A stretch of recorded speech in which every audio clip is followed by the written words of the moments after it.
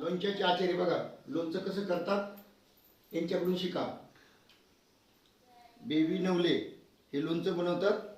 तर आता प्रमाण सांगा मला. कैऱ्या किती घेतल्या? कैऱ्या 5 किलो. 5 किलो कैरी. बाकी मसाला काय काय टाकला? बडीशेप 1/2 किलो. मोहरीची डाळ 1/2 किलो. हिंग 1 डबा. हळद 100 ग्राम. मीठ अर्धा किलो. गुळ अर्धा किलो. लसूण अर्धा किलो. परत तेल 2 किलो तेल. असं प्रमाण असतं. आणि अजून काय राहिलं, दालचिनी, लवंग. त्याप्रमाणे लोणचं बनवतात. असं लोणचं बनवलेलं आहे. सगळं भाजायचं. सगळं भाजून घ्यायचं, मिक्सरला वाटायचं आणि तेल थंड झालं का मध्ये मिक्स करायचं आणि मग नंतर लोणच्यात भरायचं.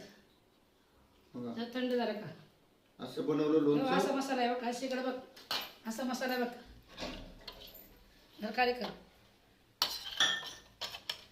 असा मसाला बनवायचा. थांब आता काढ. असा मसाला बनवायचा आणि मग लोणच्यात टाकायचा.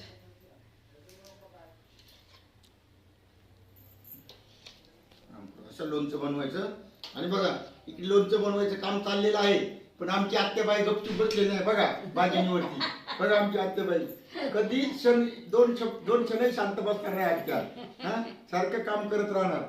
अशी आमची आत्या आहे. काय आनंद देती आणि आनंदात ठेवती. असं लोणचं बनवतात. तर सर्वांनी बघा कसं लोणचं बनवायचं शिकून घ्या. रामकृष्ण हरी. रामकृष्ण हरी.